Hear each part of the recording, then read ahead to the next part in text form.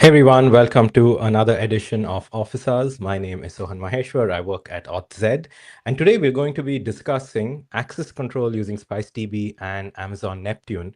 And I'm so happy that we have a couple of folks from AWS, Yogesh and Sriharsha. Full disclosure, I worked in Amazon and AWS for almost 6 years, so it's nice to meet a couple of former colleagues. Yogesh, Sriharsha, welcome to the show.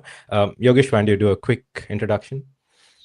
Yeah, sure. Thanks, Sohan, and happy to be here with the AuthZ office hours. So, I'm Yogesh, and I'm a senior solutions architect here at AWS, and have been here for about 6+ years. Yeah, over to you, Sriharsha.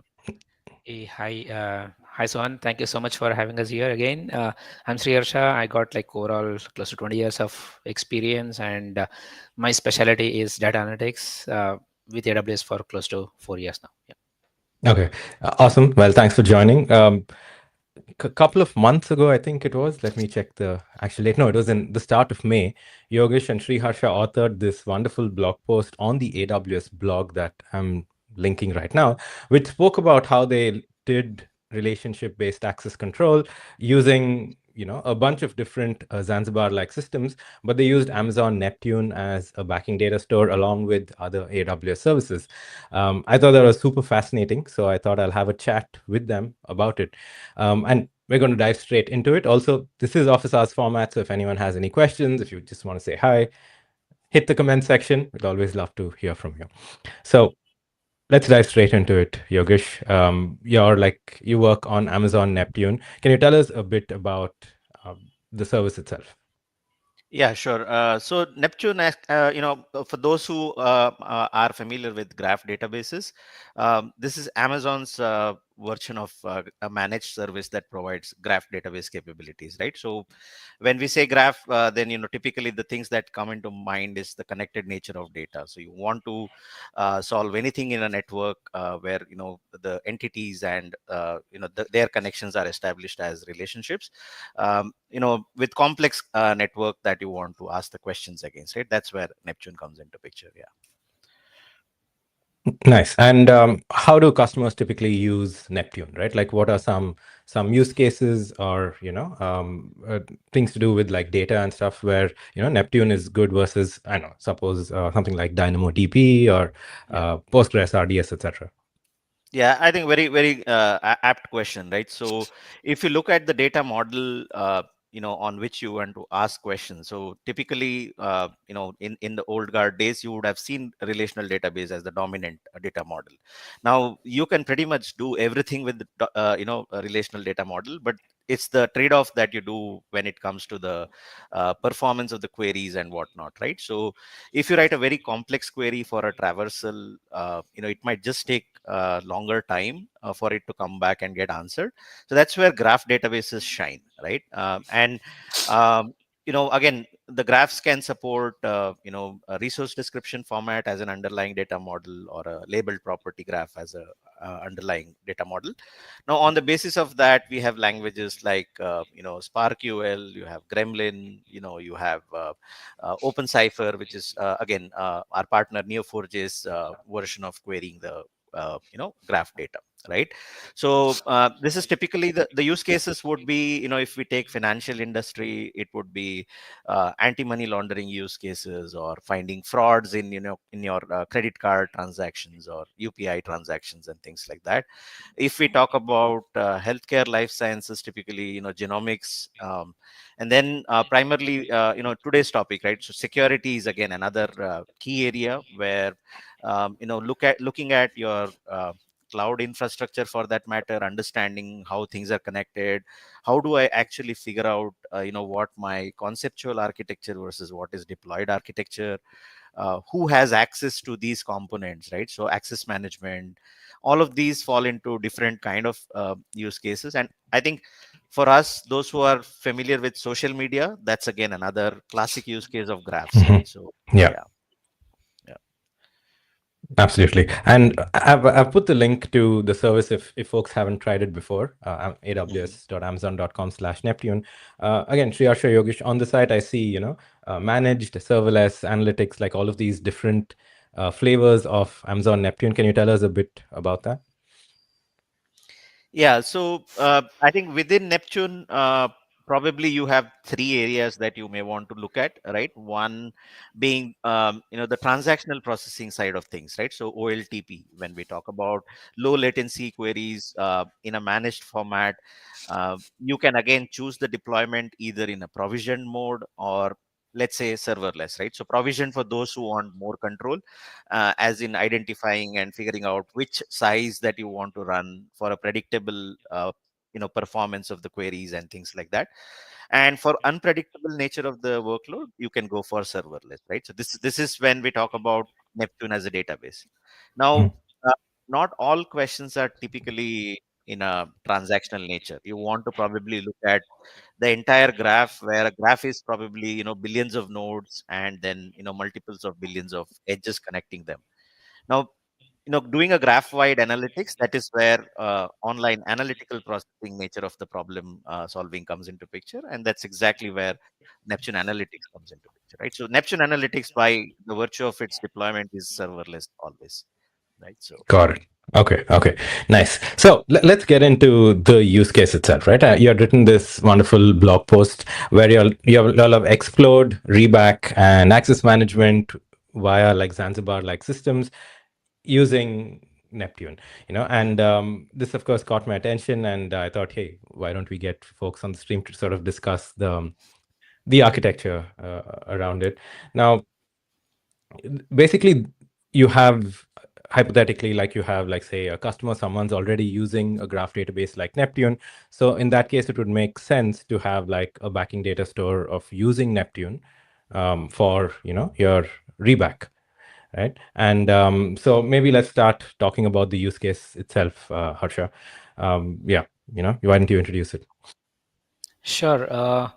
Yeah, before the use case, I just want to set some context as Mhm. well, Yeah. Sohan. So, uh, particularly, like, this is what I have seen. Like, when you try to build enterprise grade security solution using Rayback, right? So what are the aspects you have to really keep in mind? Say, right?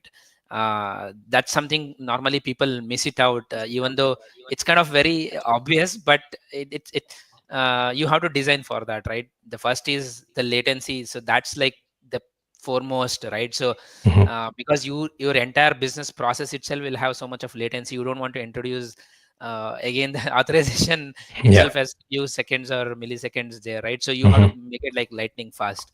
And second is the reliability. It has to be available, right? So that's why we operate at scale on AWS, so you can implement any solution to get that power for you, right? So that's another very very important aspect.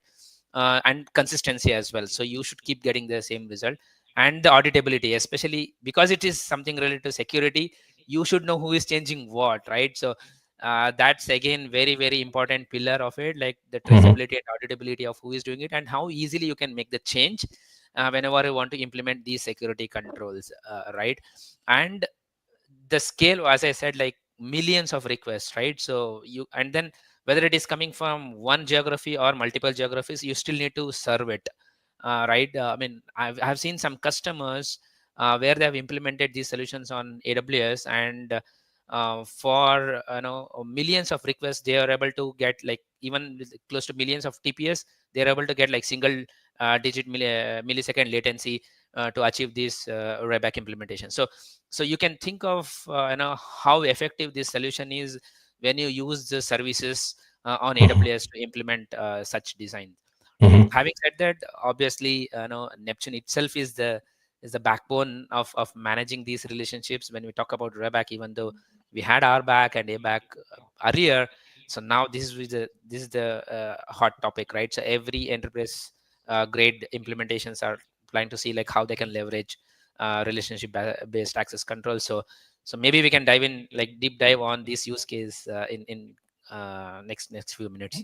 Yeah, absolutely. And fully agree with you, Harsha, that authorization is on the critical path. So, you need low latency, you need auditability, you need security. So, yeah, let's dive into the sort of use case you all wrote about. And again, the link is on the screen, but I've also put it in the comments if anyone wants to, read the blog post later on. Should I share your screen, Harsha, right now? Yeah, you can do Yeah. that. Okay. Sure. I mean, if you see the implementation, it is actually two parts, or I would say like it's a kind of a two-step implementation at a high level, right? So one is you really need the RBAC works obviously on the relationship. So you need those relationships to be created on the platform, and then it has to be available, as I said earlier, for you to do the authorization. So the first question is, how do you really build those relationship, right? So that's the most difficult part, right? The inference is the easier part compared to that. So uh, for that you need to get the right data to build the relationships, right? So typically if you see any enterprise, all your data is stored either in the lakehouse architecture, right? In something like S3 data lake, or any of your data warehouses where all your important whether it is customer data, account data, or whatever you call, right, based on the domain.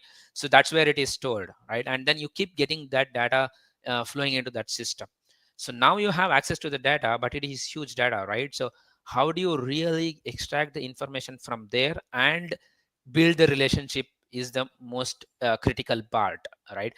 In AWS we have different services, multiple options to do that. So once you have your data flowing into S3 data lake, something like this in this example, right? So you can use event triggers in the form of event bridge or other tooling, or in case of like something like Kafka as well, right? And then use that information and use different services like ECS, Glue, or Bedrock. I'll dive deep into that, how you can achieve with each of these services. So literally these services will help you to do the transformation from the data what you have on S3, and then create the relationship and push it into Neptune, right? So Neptune is obviously the golden store for our your relationship based data, right? Graph data basically. So once you have it, so then what you can decide is extract those specific information from Neptune and replicate it to your authorization provider systems like ODZ, right? So how do you do that? Again, all these things, what the steps what I just explained, you can literally make it like real time or almost near real time, right? Like from Neptune to ODZ, you can do something like leverage something like Neptune streams. There you can write some transformation, listen to those messages, the changes happening, and then extract only that part of the information what you want, and then create the relationships there. So this is at a high level. If you see, you got your data coming into S3 data lake, and then using some of these popular services like ECS or Glue or Bedrock, and then create push then create the relationship from Neptune, and then extract the specific ones and then replicate into OZ. So you can ask like, why do you really need to maintain 2 copies? Like, why can't I just use Neptune or only OZ, right? uh, so as Yogesh was mentioning, Neptune is your golden store. So you will just keep all your enterprise relationships on Neptune. You can run other analytics and a lot of other jobs on that. So that is available for you. But you really want to keep the low latency, all the features I just called out in the beginning of the stream, right? It's like that functionality is tailor made by and provided to you by products like OutZ, right? So that's where you just replicate that information into OutZ and then leverage to do the inference. So which is the next part? Maybe we can discuss later. So this is at a high level, like step one. Maybe I just want to before we get into the other side, you might be having questions like, what is this ECS or Glue or Bedrock? How do I Yes. use it, right? So Yeah. that's a obvious question you will have, right? uh, yeah, Yeah, so we'll you want dive into each of maybe into those for, because I assume people watching might be familiar with concepts like Reback and SpiceDB, but how these AWS services tie in to provide like a full enterprise grade Reback solution, I think will be interesting.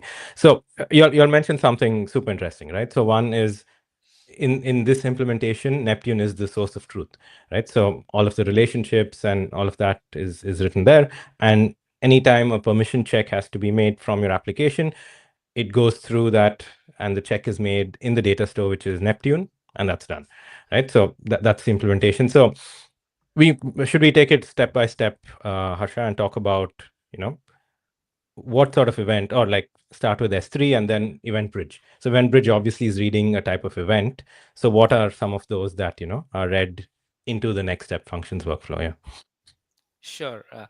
So let's say you take a use case of um, a financial industry, right? Let's say a customer onboarding is done and then he has purchased like certain number of products or he has opened certain number of accounts, right? So that itself becomes an input, or that gets replicated into your S3 database, right?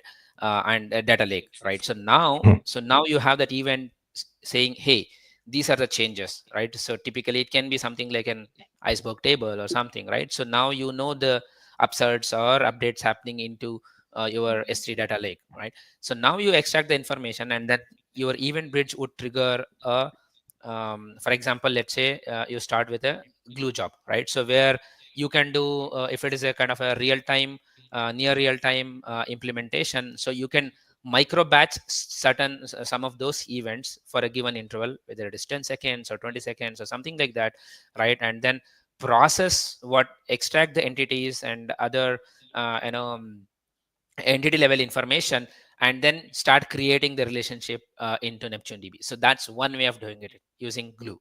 Second is, if you think like your load is not that high, so you don't need to do you don't want to do kind of a distributed processing on Glue using Spark.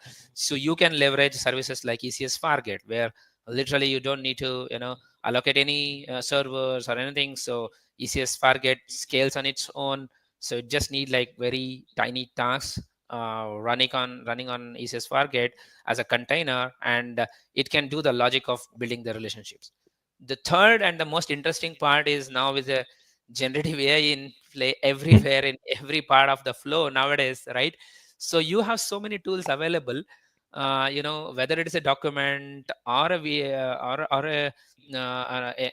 any endpoint for that matter, right? So we got like some plugins which can extract the information and then give it to your LLMs, and then that can literally understand the relationships and extract the entities and then create the relationship for you. So basically it will completely offload, like you don't need to write that logic of identifying all this how they are related and then writing the queries to Neptune. So your agentic flows built using Bedrock can definitely simplify a lot of those things, and you can create the relationship without you having much knowledge on how do you really deal with graph databases like Neptune. So Okay, these that is are super one interesting. Yeah. Yeah. And I'd love to talk more about that. Like, for instance, is that something you do the first time, like say the program runs, where say you have customer data for millions of records, and you're like, hey, I have this, this new workflow. So then do you run this like as a one-time thing, and then any new event after that happens? Uh, and is Bedrock running every time to do those relationships and stuff? Maybe I just want Yogesh, you want to chime in here, and then yeah, I can add Yeah, on top of it. Yeah.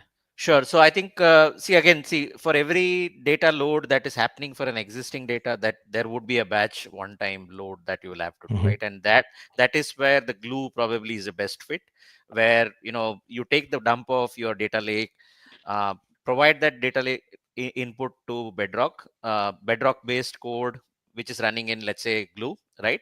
Now the Glue job is responsible for invoking a Bedrock as and when required based on the prompt that you have set, and within the prompt you are essentially giving a persona of a data modeler, right? So which otherwise would have been a human being who understands graph data modeling, and they would basically identify what are my nodes going to be, right? How are my Mm-hmm. and relationships or the edges going to be established between these nodes, right?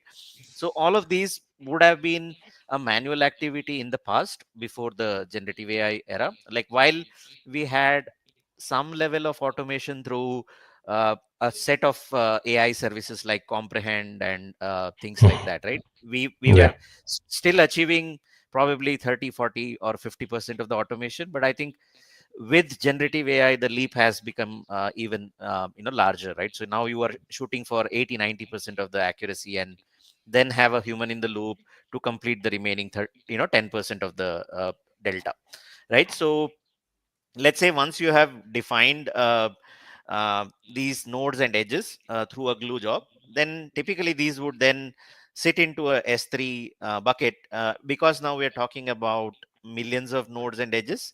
The best way to load this data one time is through something called as bulk load import, right? So you have a Mm-hmm. bulk load import of the data into Neptune, Mm-hmm. which then becomes essential in terms of performance and giving you predictable timelines to complete these imports and things like that, right? So that's the approach that you can look at. Yeah.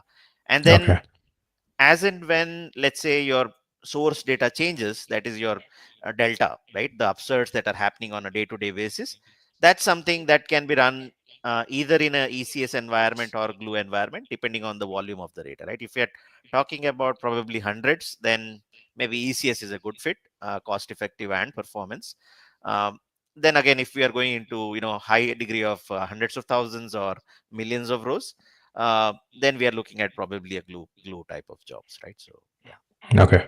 Wow. Okay. Fascinating. I mean, I love the use of like an generative AI LLM for something like this, right? Where, Yeah. yeah, you're actually able to automate something that, like you said, would have taken a bunch of humans to actually oversee. So yeah, very cool. Okay. Sounds good. And Son, if you see the second leg in the same architecture where Mhm. we're using the streams, you see there you write like simple piece of logic to subscribe to the only the interested events coming out of Neptune changes, right? So that's again a entirely serverless implementation. So you don't need to again worry about the infrastructure or anything, right? So you just write simple few lines of code and then give it to your streaming lambda, and then that takes care of replicating the information into the authorization provider, right? It's like it's that simple. Like you don't need to maintain the infrastructure, so you got all the hooks to manage for you, and all the integration options available as well, right? Yeah. Yeah, Okay. and I think just to add one point there, right? So streams actually is a built-in feature of Neptune, Yeah. which Tell us a gives bit about you. that, Yogesh. Yeah. Yeah, Yeah. yeah. So essentially, this is like a change data capture, right? So for every data store, there are always downstream use cases that are applied, where you need to know, if there is a change happening in your source of truth, which is what we are considering Neptune here for the reback solution, right? So as and when anything gets upserted or updated on the source, which is Neptune, we want that to be reflected in auth-z, so that the consuming application also has the latest up-to-date information. That is achieved through Neptune streams here, and Neptune streams is a built-in feature within Neptune. Now, for every source node and edge that is getting updated in terms of its property, or in terms of its relationship, or the relationship itself getting dropped, or the node itself getting dropped out of the database, right, on the source side. Everything could be possible. So all these changes get captured as JSON messages. Now, as they get captured, you need a target compute engine where your custom logic would run, which is what is Lambda here in this case, which would take this input JSON and then transform it, right? So you pick and choose what is required. That the stream might have hundreds of key value pairs, but what you're interested probably is maybe a subset of it, right? For a use case like where authorization needs to be replicated. So that's exactly what is happening in the connection between the Neptune and OddZ that you're seeing there. Yeah. Okay.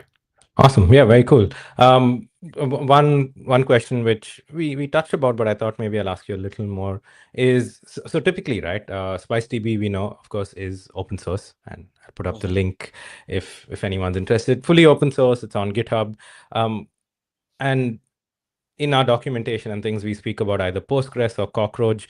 Typically, that's what users of SpiceDB use as their backing data store. We also have Auth Cloud, where the data store we provide there is CockroachDB. But we have seen implementations where people use like Neptune or DynamoDB, for instance. What are some of like the reasons or like pros of using something like a graph database like Neptune as your data store? Yeah, so maybe I'll go first on this, and then Shreya, feel free to add anything, right? So I think, see, one of the key aspects in the way how reback, if you visualize, right, this is exactly fitting into the data model of a graph, right? So where you need to know who is connected to whom and by what virtue, right? So while, like I said at the beginning, we can solve this problem through any relational database, right? So, but as the data grows and the number of attributes that are associated with the node keeps growing, right? If you visualize it in a table, we are talking about rows and columns, and the number of columns that keep changing. Relational databases are typically hard to deal with, right, in terms of the schema adherence and things like that, right? That is exactly where NoSQL databases like Neptune or Dynamo comes into picture. So we'll probably talk about Neptune, right? So you can start with, let's say, one node and it has 3 attributes today added as a property, right? But then as your use case grows, the nature of dynamics of your subscribers or your customers grows, you will have the needs to add more and more properties to that one node, right, to make it even more relevant, more accurate, right? That's exactly the freedom that you get with Neptune to start with from the data modeling standpoint. And then as you prove your concept, you need to deploy it into production, where you need high availability, you need a serverless offering, you need a global deployment, right? So these are all inherent features of Neptune. So Neptune, we spoke about the deployment options of provisioned and serverless. The other key aspect to keep in mind is, as we were talking about Neptune being the source of truth for other use cases as well, right? So while authentication may be one of the primary use cases, but you have now the golden data where you have your uh, customers and their attributes connected. So you might want to decide, and you might come up with a use case of customer 360, right? So you probably want to provide a upselling recommendation or a cross-selling recommendation using that data, some of it, right, while some of it is getting used for security. So then having this horizontally scalable deployment, where you have multiple read replicas, where each replica is probably serving different use cases, right? So that becomes an essential feature, which is again part of the Neptune offering, right? So you can look at that.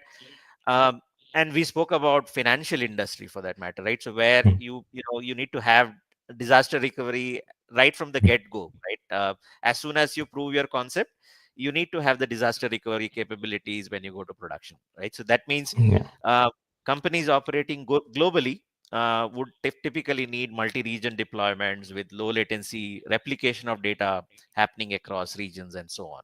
Again, that is an inherent feature of Neptune. Got it. Yeah.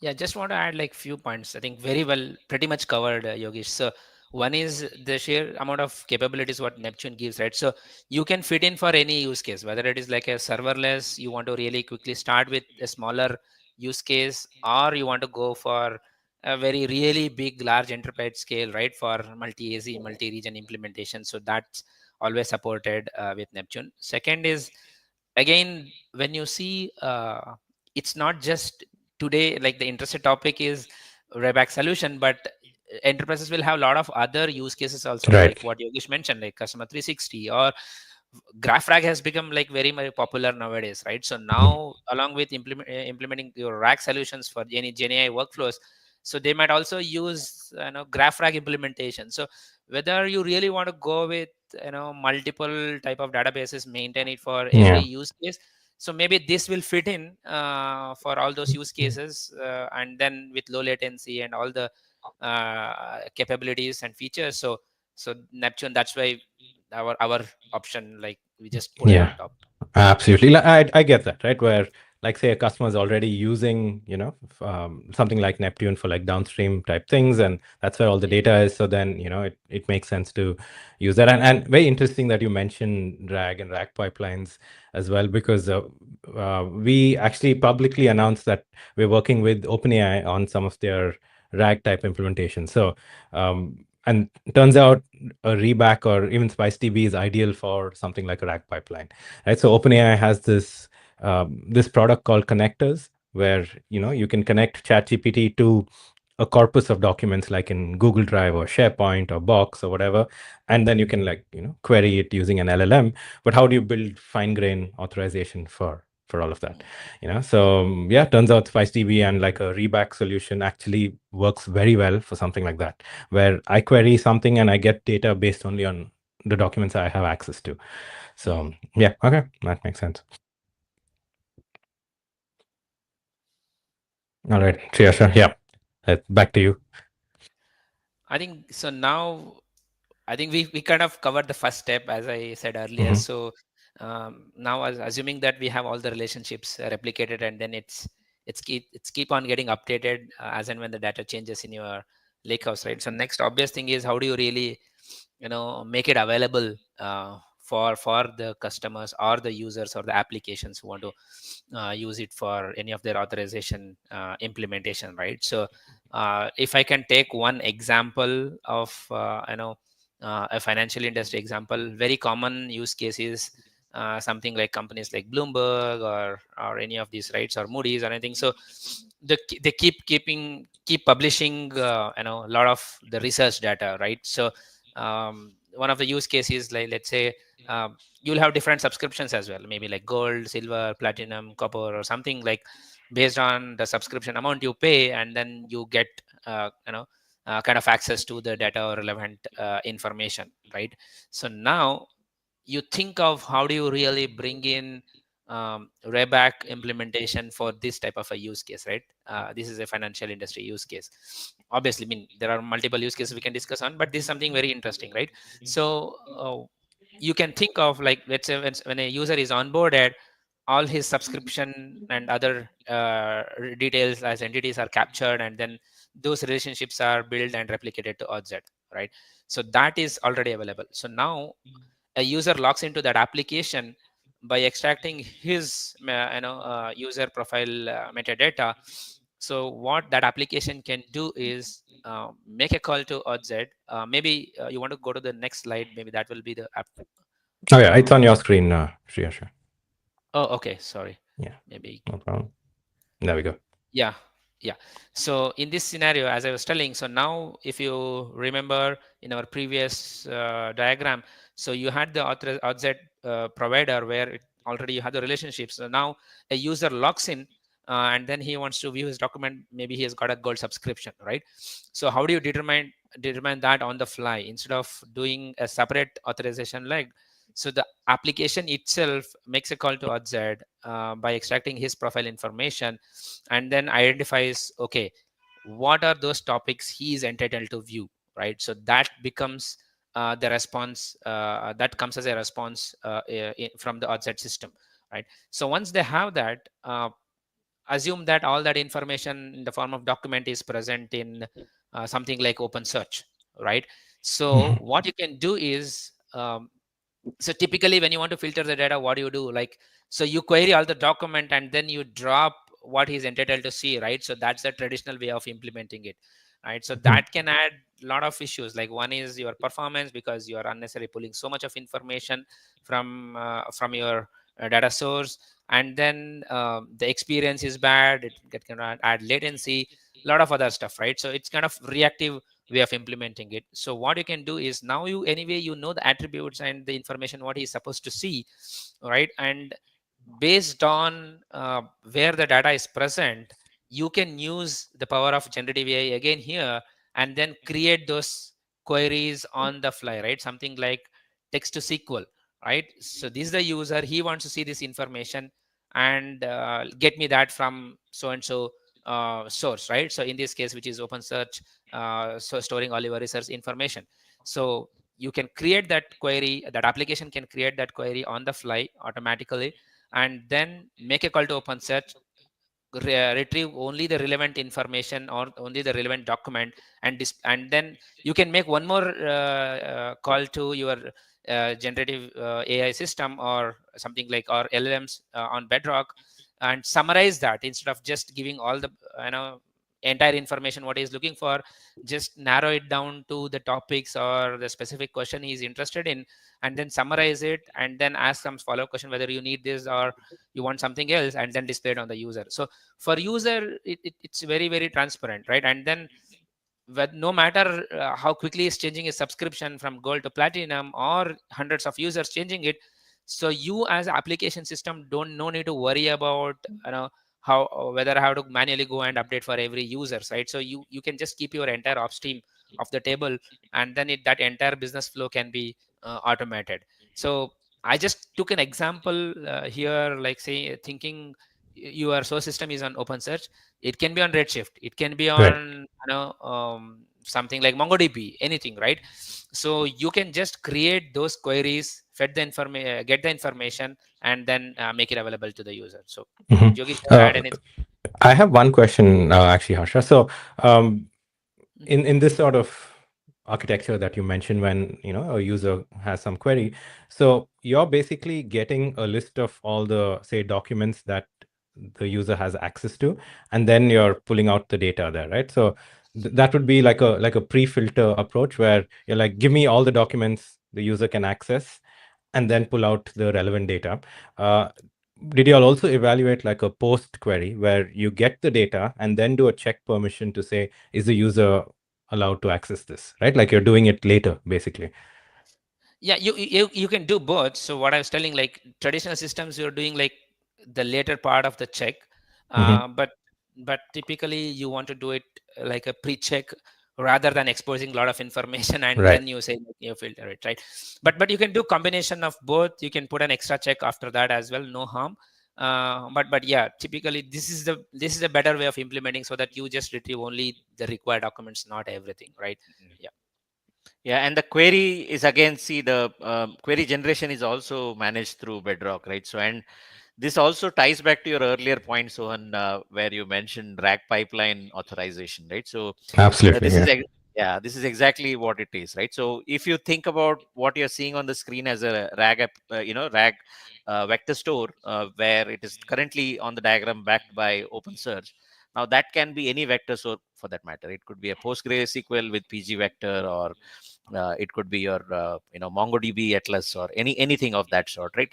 Um, I think the filtering part is where on knowledge base, on Bedrock, we have something called as knowledge base, which helps you with this pre and post filtering that you can manage with, and then work it both ways, right? So whatever the preference is. Yeah. Okay. Yeah. Now again, very interesting. Also, like in a couple of days, I'm doing a talk at PyCon, where I'm talking about RAG pipelines. So Mm. this is also like sort of giving me ideas on like various nuances to the implementation itself. So yeah. Okay. Got it. Yeah, maybe I can just add another use case, right? Typically, on the operation side, right? So let's say if it is a financial industry, so you got like set of maybe 10,000 operational people supporting your loan or mortgage side of a business, right? And then tomorrow you decide maybe 3,000 of them will support a credit card business as well, right? So Mhm.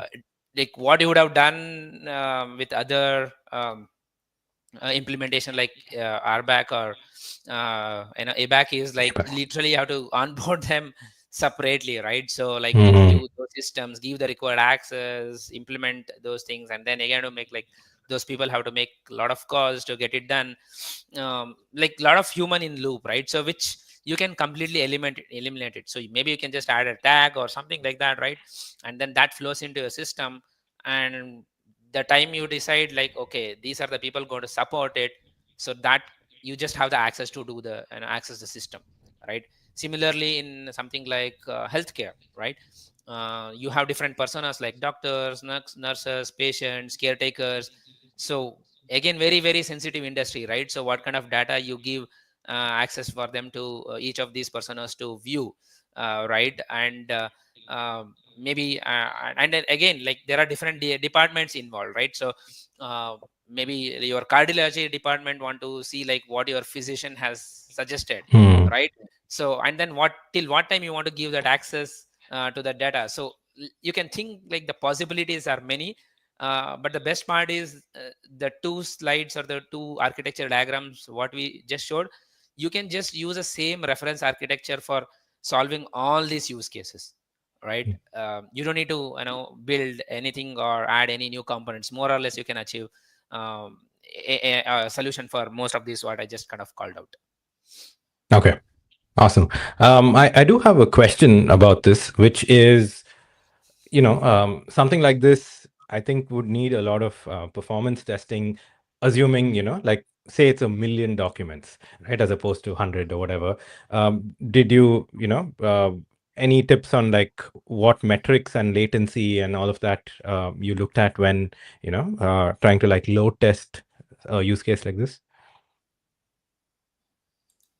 Yogesh, you want to give a try with that, like on the Yeah, so I think, see, one of the key aspects is, see, from the Neptune standpoint, the query response time, right? Because Yeah. that being the heart of the solution, having low latency query response time becomes very crucial. And Neptune provides, out of the box CloudWatch metrics for you Hmm. to evaluate this.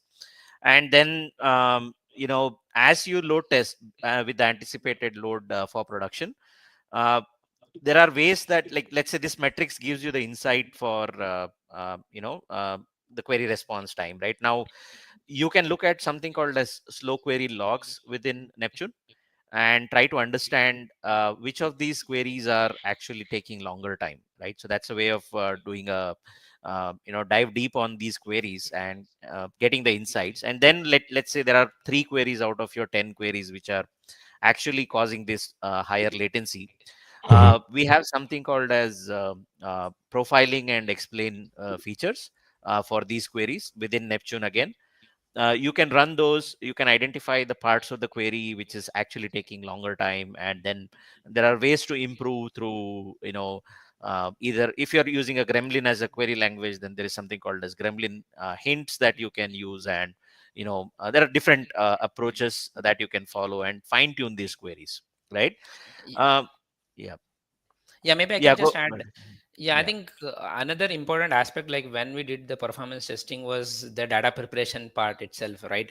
So one Hmm. is like for to pump like those millions of requests, you can use a lot of these open source tools like K6 or Jmeter or whatever, Right. or you can do some kind of scripting and run it on Like your ECS benchmarking tools, target or basically. something like that. Yeah, Right. you can do that, right? So that's one way, but you really need to have like a good mix of data as well to check how long it is trying to create your relationships or those concurrencies. And so those matrices are anyway available on the services side, but how do you create the data? Again, we could leverage generative AI there as well, right? So nowadays with there is something called as batch inference on Bedrock. So using some of those capabilities, right? So you can generate the data, like even the sample data or synthetic data, I would say, right?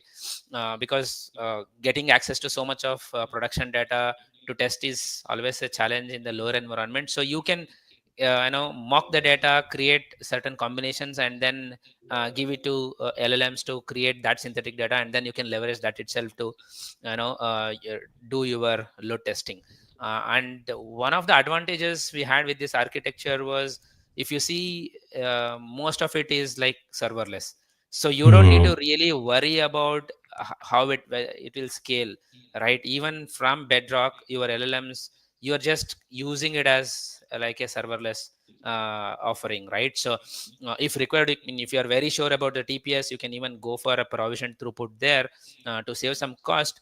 But the thing is, if there is any sudden spike in the load, so most of these services, even OpenSearch serverless or Bedrock or on ECS Fargate, Glue, you name it what, right? So everything is like a serverless implementation. You don't need to worry too much about how do I really scale for the throughput what I need, right? There might be some glitches when it has to scale up, but as long as you define those scalability configurations, so I think you can really handle that. Okay.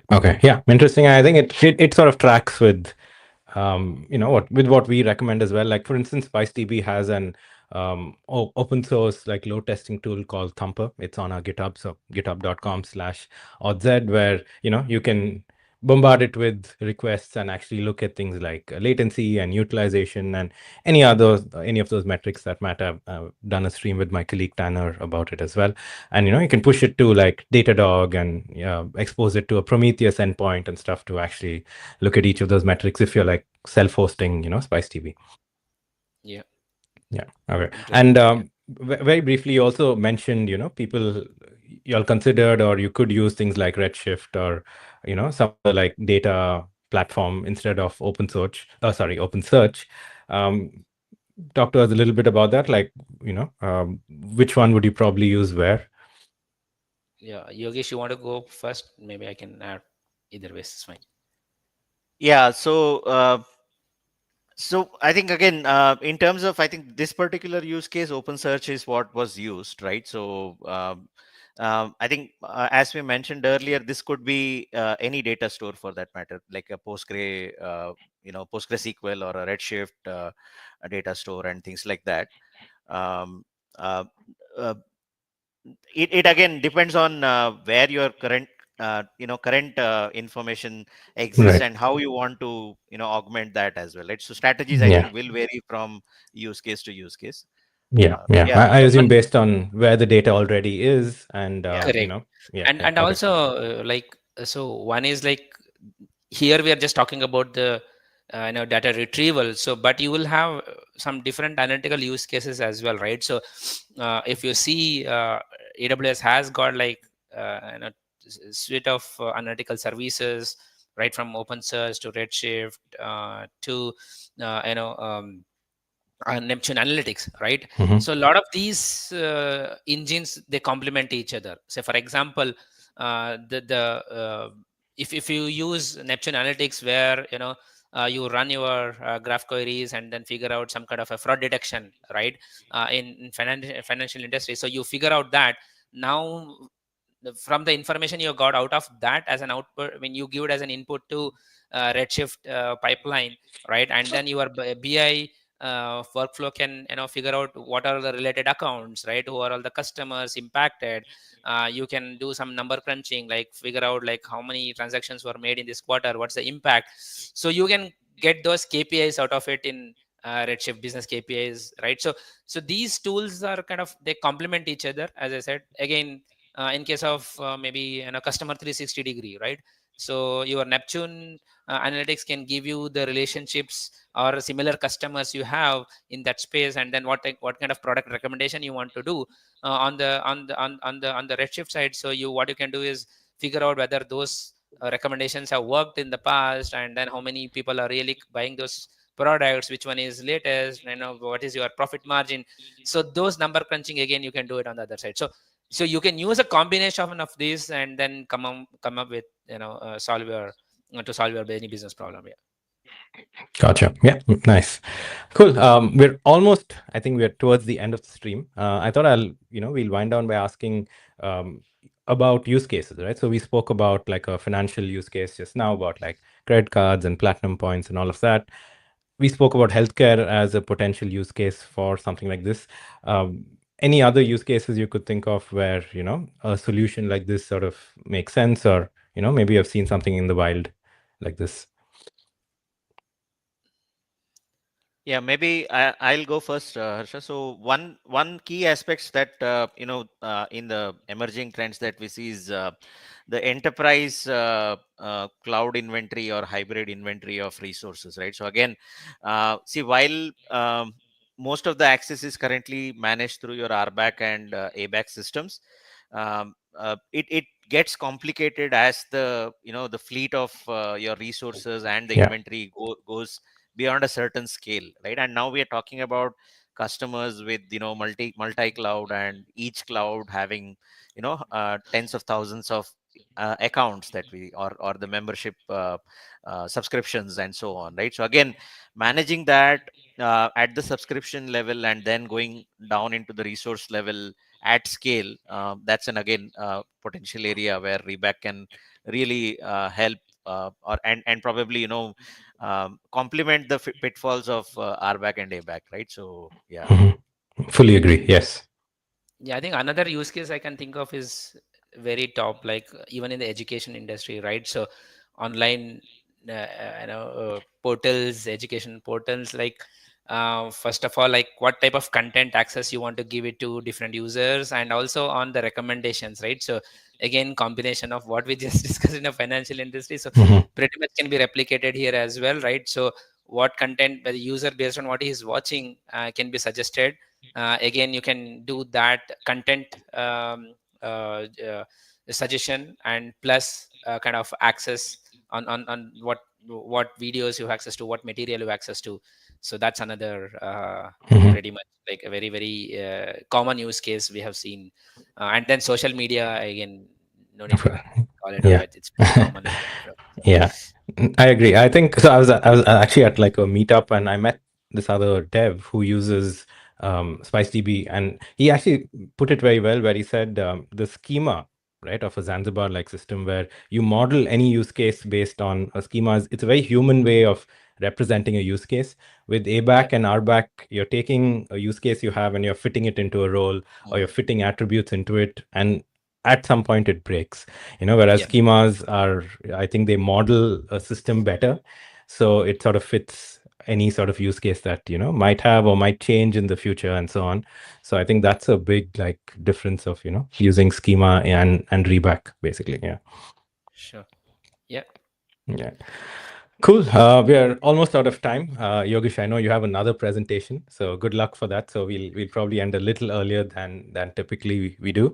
Yeah, for folks watching here or who are going to watch it, do check out the blog post in detail. I think Sri Harsha and Yogesh have written a fantastic blog on the things that we discussed today. So check it out. And yeah, plug for Amazon Neptune as well if you're interested. But I think AWS doesn't need a plug. Everyone knows about AWS services.